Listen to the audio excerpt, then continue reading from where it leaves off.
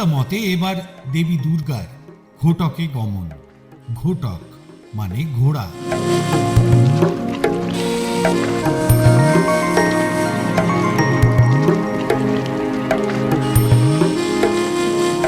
আর এই পদ্মফুলের সমারোহ যেখানে, তার থেকে ঢিল ছোঁড়া দূরত্বে এক ছোট্ট রেল স্টেশন ঘোড়াঘাটা। হাওড়া খড়গপুর লাইনে লোকাল ট্রেনগুলো দাঁড়ায় এখানে, আর এক্সপ্রেস ট্রেনরা ছুটতে চলে যায়। জানলা দিয়ে ট্রেনের যাত্রীরা দেখেন দিগন্ত বিস্তৃত পদ্মের বাগান। শারদোৎসবের সময় এই অঞ্চলের পদ্ম চাষীদের নাওয়া খাওয়ার সময় নেই। একদিন অন্তর ফুল তোলা, তারপর সেই ফুল শহরের বাজারে কিংবা হিমঘরে পৌঁছনো। আজকের ভিডিওয় দেখুন বাগনানের পূর্ব দুর্লভপুরের পদ্ম চাষের সাতকাহন।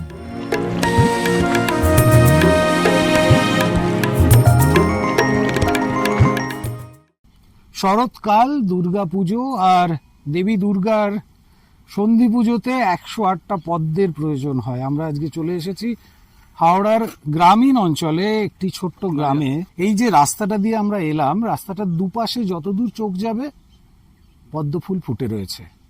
পদ্মের চাষ কি অবস্থায় 2024-এর দুর্গাপুজোর আগে পদ্মের চাষটা এখন আপনারা কেমন কি বুঝছেন?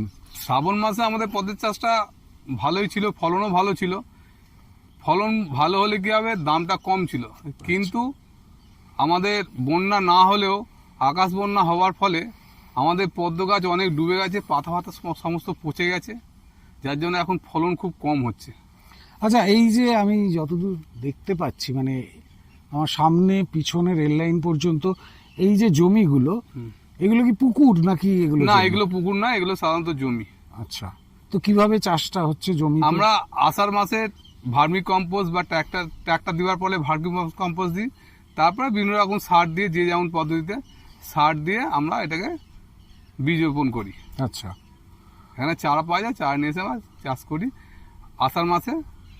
শ্রাবণ মাসের প্রথম দিন থেকে ফুল তোলা শুরু হয়।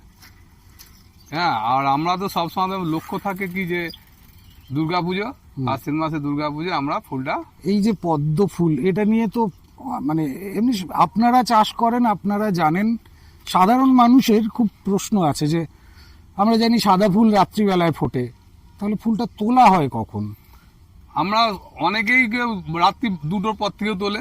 আচ্ছা, অনেকেও আবার সকালবেলাও তো, যাদের বেশি জমি তারা ভোরের মার্কেট ধরার জন্য তারা দুপুর রাত্রি 2টো থেকে, কেউ 4টে থেকে তোলে, আবার অনেকেও সকালবেলাও তোলে। মানে সেই রাত্রিবেলায় জলে নেমে ফুল তোলা, এটা তো একটু মানে ঝুঁকিপূর্ণ কাজ নাকি? ঝুঁকিপূর্ণ কাজ, কিছু করার নেই, এটাই আমাদের জীবিকা। মানে এই জলের মধ্যে সাপ থাকতে পারে, বিষাক্ত থাকে, অনেক সময় থাকে, অনেক দেখাও গেছে। সাপের কামড়ও খেতে পারে। হ্যাঁ হ্যাঁ হ্যাঁ হ্যাঁ, সেরকম ঘটনা ঘটেছে? এখনো কোনো সেরকম ঘটনা ঘটেনি। আর এই পদ্ম ফুল মানে বাজারে যখন যায় তখন কিভাবে, মানে আমরা এখান থেকে চাষিরা বাজারে নিয়ে যাই, কোলাঘাটে, অনেকে হাওড়াতেও নিয়ে যায়, জগন্নাথ ঘাটে। আমরা ওখানে গিয়ে বসার ফলে অনেক পাইকার এসে তারা চেম্বারও করে, কিংবা তারা নিজেরা দোকানেও বিক্রি করে। কিরকম মানে একসঙ্গে কতগুলো শ হিসেবে? না, আমাদের যে 25টা করে বান্ডিল হয়। আচ্ছা, 25টা করে বান্ডিল হয়, যার যেমন প্রয়োজন।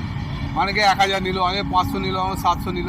এবারে একজনের তো 1000, 500, 700 থাকে না, কারো 700 আছে, কারো 300 আছে। আমার যেমন 1000-এর উপরে থাকে। হ্যাঁ। আপনি কত বিঘা জমিতে চাষ করেন? আমি এখন পর্যন্ত 4 বিঘা জমিতে চাষ করছি, আমার নিজস্ব জমি। আচ্ছা, আর অনেকের এখানে আছে বেশিরভাগ সব জমা নিয়ে জমি চাষ করে আর কি। কত মানুষ এই গ্রামটিতে, কত মানুষ পদ্ম চাষের সঙ্গে যুক্ত? মিনিমাম 400 পরিবার এখানে এই পদ্ম চাষের মধ্যে। 400 পরিবার। 400 পরিবার, হ্যাঁ, পদ্ম চাষ করে তারা জীবিকা নির্বাহ করছেন। আপনাদের এই চাষের মানে আসার কারণটা কি? মানে এগুলো তো নিশ্চয়ই কোনো সময় ধান জমি ছিল বা অন্যান্য? আগে, আজ থেকে প্রায় 7-8 বছর আগে শুধু ধান জমিই ছিল। এখন আমরা পদ্ম চাষ করছি, কারণ পদ্ম চাষে লভ্যাংশটা একটু বেশি। আচ্ছা, ধান চাষের তুলনায় অনেক বেশি। সেই জন্য আমরা এই পদ্ম চাষেই এসেছি। কিন্তু এটা কি বছরের 12 মাস এটা থাকে? না, এটা 3 মাস, কেবলমাত্র 3 মাস। আচ্ছা, বাকি সময়টা কি হয় এটা? বাকি চাষ সময়টা আমরা গরমে ধান চাষ করি। আচ্ছা, হুম। এই জমিটাতে ধান চাষও হ্যাঁ, করা হ্যাঁ, যায়? হ্যাঁ, আচ্ছা হ্যাঁ, আচ্ছা ধান চাষ আচ্ছা। করি।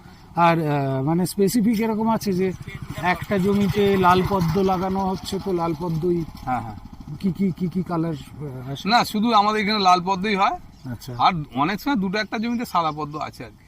চাহিদাটা লাল পদ্মের বেশি? সব থেকে বেশি চাহিদা লাল পদ্ম, আর লক্ষ্মী পুজোতে সাদা সাদা পদ্মের পদ্মটা চাহিদা। লাগে।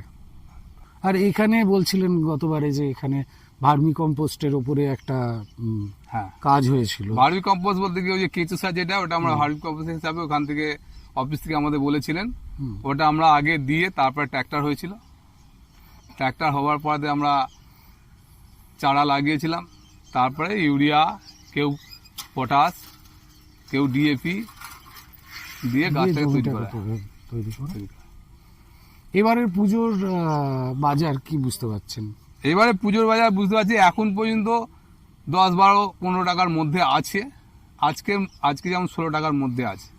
তবে আশা করছি এই বছর 50 ছাড়িয়ে যেতে পারে। অষ্টমীতে 50 ছাড়িয়ে যেতে পারে। তা চেম্বারের উপর নির্ভর করছে, বাইরের পদ্ম অনেক চেম্বার, আছে। এই চেম্বারটা কি? চেম্বার মানে ঠান্ডা করে রাখা।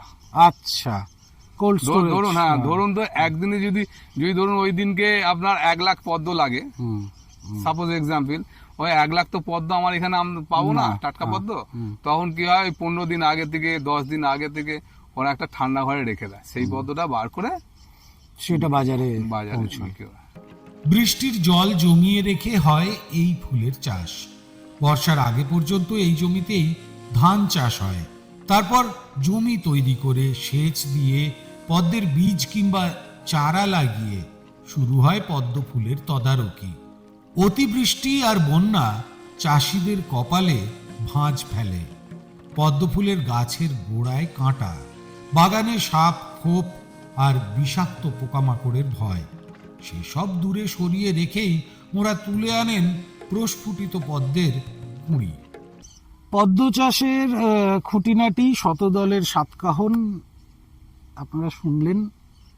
এই মানুষগুলোর অনেক সময় অন্তরালেই থেকে যান, এনাদের কথা কেউ জানতে পারেন না। আর তার জন্যই আমরা চলে এসেছিলাম ঘোড়াঘাটা স্টেশন পার করে এই কমলালয়ই বলবো আমি, লক্ষ্মীর বাসস্থান কমলালয়। লক্ষ্মী দেবীর যে ফুল, প্রিয় ফুল, দুর্গার পুজো যে ফুল ছাড়া হয় না, রামের চোখের মতো যে ফুলের বর্ণনা দেওয়া হয়েছে, সেই পদ্মের চাষ যেখানে হয় সেই দুর্লভপুরে। সাধারণত 3টি রঙের পদ্ম পাওয়া যায়, সাদা, নীল ও লাল। এই 3 রঙের পদ্মের 3টি নির্দিষ্ট নাম রয়েছে বাংলা ভাষায়। জানেন কি কি সেই নাম? জানলে আমাদের লিখে জানান নামগুলি ভিডিওর নিচে কমেন্ট বক্সে। আজকের ভিডিও এই পর্যন্তই। আপনাদের সবাইকে শারদোৎসবের শুভেচ্ছা।